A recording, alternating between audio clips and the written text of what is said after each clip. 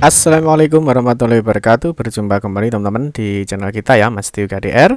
Oke teman-teman, di kesempatan kali ini ya kita akan berbagi informasi kembali ya, masih di seputar untuk P3K Guru ya tahun 2022 ini ya.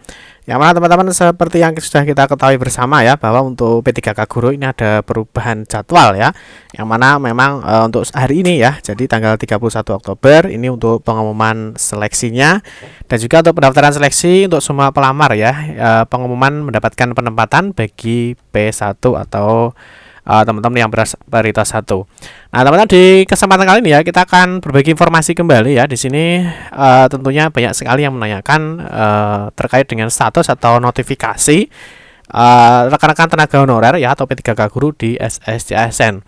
Nanti kita akan berikan informasi ya bagaimana rekan-rekan guru yang mendapatkan formasi, yang tidak dapat formasi, ataupun yang sebagai prioritas 2, prioritas 3 ataupun sebagai pelamar umum, dan juga bagaimana nanti untuk mekanisme turun status ya, bagaimana jika tidak dapat formasi, apakah dia harus turun status atau dia harus bertahan.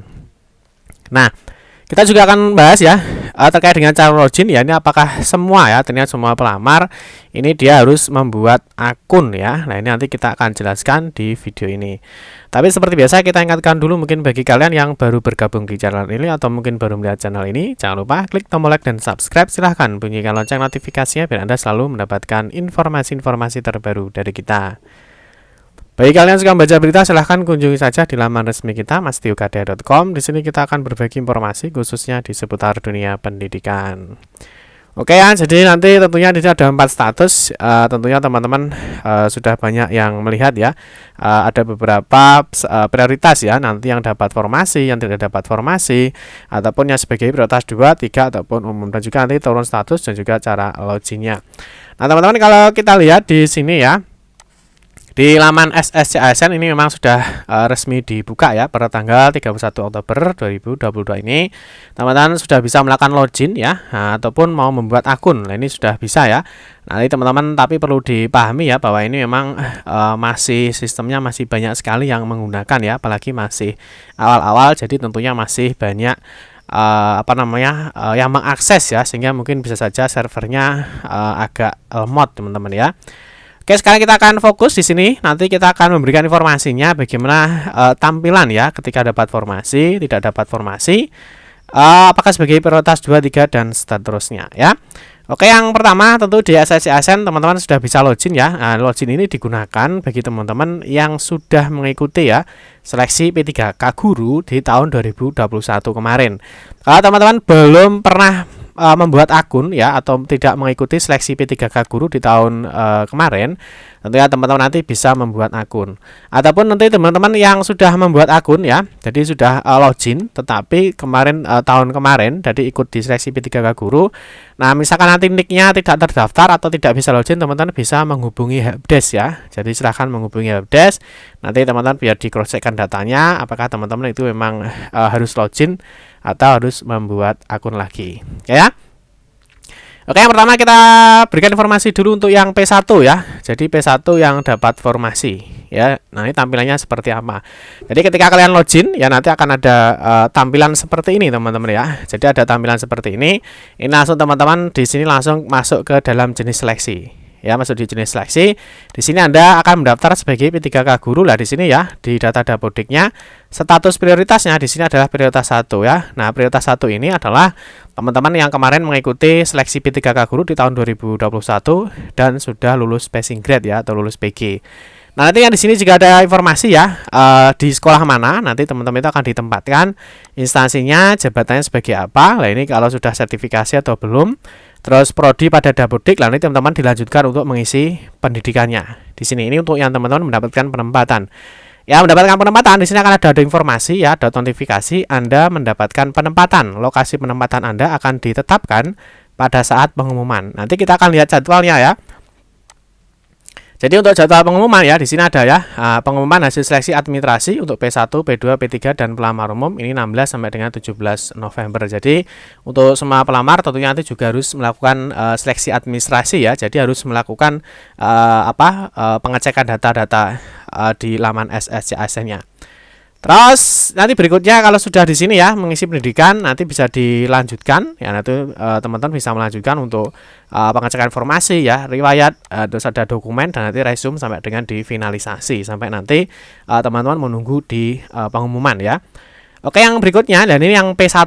Jadi P1 ini yang tidak dapat formasi. Nah, kalau yang P1 yang tidak dapat formasi, nah tentunya ini ada dua pilihan ya. Ini dia sebagai prioritas 1 ya. Tetapi dia mohon maaf, formasi pada instansi sudah tidak tersedia. Anda tidak dapat melanjutkan pendaftaran ini. Nah, teman-teman untuk memastikan ya bisa telepon ke Helpdesk ya. Silahkan menghubungi Helpdesk, mungkin ada informasi-informasi yang akan disampaikan. Atau mungkin teman-teman nanti ya.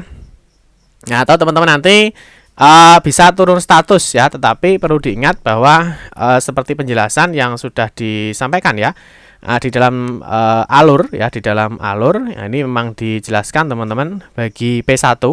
Ini untuk alur seleksi pelamar P1 yang belum mendapatkan penempatan, jadi dia tidak mendapatkan penempatan ya.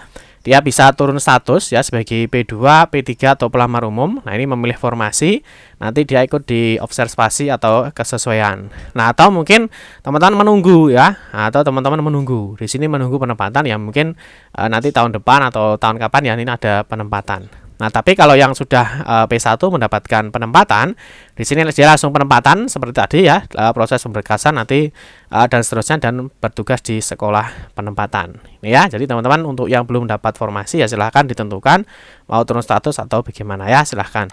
Terus di sini kalau kita cek di dalam buku panduan teman-teman ya, di dalam buku panduan ini memang dijelaskan ya. Nah, di buku panduan ini dijelaskan, nah ini terkait dengan turun status ya. Di sini terkait dengan yang turun status ya, tentunya bagi teman-teman yang tidak dapat formasi, di sini juga sebenarnya sudah dijelaskan ya di dalam panduan. Nah, itu teman-teman bisa turun status, tapi perlu diketahui ya. Nah, ini kita ketik aja ya, turun status. Nah, ini jika pelamar bersedia untuk turun prioritas dapat menekan tombol turun status ya. Di sini nanti akan muncul untuk turun statusnya. Tapi tentunya sebelum ini ya, ini ya, kita lihat di sini ya. Jika pelamar masuk dalam kategori prioritas 1 namun tidak mendapatkan kuota penempatan, maka pada saat pemilihan jenis seleksi ya, di sini pemilihan jenis seleksi ya, di sini. Nanti sistem akan menampilkan data dapodik pelamar. Sistem akan memberikan keterangan, mohon maaf, informasi pada instansi sudah tidak tersedia, Anda tidak dapat melanjutkan pendaftaran. Nah, kalau tidak dapat tidak dapat penempatan, pelamar yang menjadi prioritas 1 namun tidak mendapat formasi tidak dapat melanjutkan proses pendaftaran ya. Nah, ini karena dia harus menunggu ya, sesuai dengan ini tadi ya. Kalau ini tadi kalau dia tidak dapatkan, dia bisa menunggu ya, sehingga dia tidak dapat melanjutkan tidak dapat melanjutkan pendaftaran. Nah, atau bagi pelamar prioritas yang dapat melakukan turun ataupun naik status prioritas berdasarkan data pemetaan dari Kemendikbudristek. Ini yang dapat turun ya ataupun naik. Nah, jika pelamar melakukan prioritas +1 namun tidak mendapatkan penempatan ya di poin 6, pelamar dapat memilih untuk turun prioritas. Pada saat pemilihan jenis seleksi, sistem akan menampilkan data dapodik pada pelamar. Sistem akan memberikan keterangan Anda tidak dapat mendapat penempatan, Anda diperbolehkan untuk turun prioritas. Nanti tentunya di sini ya, jika turun prioritas maka dapat menekan ya, di sini nanti ada tombol turun status, tapi memang saat ini belum bisa ya, artinya belum stabil, nanti teman-teman bisa menunggu. Ya, setelah turun status, sistem akan menampilkan notifikasi berhasil turun status, kemudian silakan tombol pilih baiklah. Nah, ini nanti teman-teman setelah prioritas berhasil diperbarui, status prioritas baru akan ditampilkan pada kolom status prioritas. Jadi ada perubahan ya, dari P1 di sini misalkan dia berubah ke P2 atau P3. Nah, nanti tentunya yang pilih turun status dia bisa memilih kembali ya untuk formasi lainnya ya, tentunya yang masih ada formasi atau kuotanya ya. Oke, yang berikutnya untuk yang tidak lulus PG ya, atau dia masuk di prioritas 2 atau dia masuk di prioritas 3. Nanti tampilannya seperti ini ya. Jadi pada jenis seleksi ya, di sini ada status prioritas, di sini sebagai prioritas 3. Nah, perlu dipahami bahwa prioritas 3 ini adalah untuk guru yang tidak lulus PG ya. Sudah ikut tapi tidak lulus PG tapi di sekolah negeri. Tapi kalau untuk yang prioritas 2 itu adalah untuk tenaga honorer ya. Jadi tenaga honorer kategori 2. Itu untuk prioritas 2. Kalau ini bukan ex honorer kategori 2, maka dia sebagai prioritas 3. Paham ya? Terus yang berikutnya untuk 4, nah ini mungkin ada teman-teman yang kemarin belum ikut tes ya, belum ikut seleksi, nah ini atau mungkin dia masuk sebagai pelamar umum. Nah, nanti ada tampilan seperti ini ya, dia status prioritasnya adalah sebagai pelamar umum.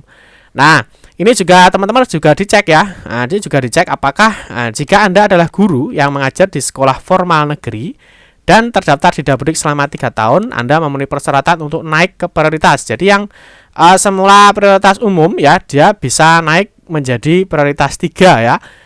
Tetapi perlu dipahami bahwa harus ada 2 kategori. Yang pertama adalah guru honorer negeri di sekolah negeri ya, dan juga harus sudah mengajar minimal 3 tahun. Nanti teman-teman bisa cek datanya di sini. Tapi untuk saat ini belum bisa ya.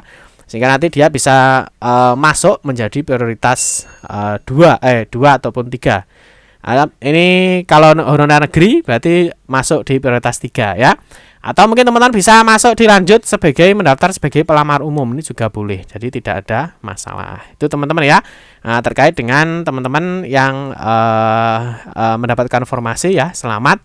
Tentunya teman-teman bisa tinggal menunggu ya, sudah plong ya, sudah lega, sehingga nanti bisa mendapatkan penempatan sesuai dengan lokasi yang diinginkan ya. Terus bagi teman-teman yang belum dapat formasi ya, yang masuk prioritas 2, 3 dan seterusnya, tentunya tetap semangat. Semoga nanti ada formasi dan teman-teman bisa lulus di seleksi P3K di tahun 2022 ini.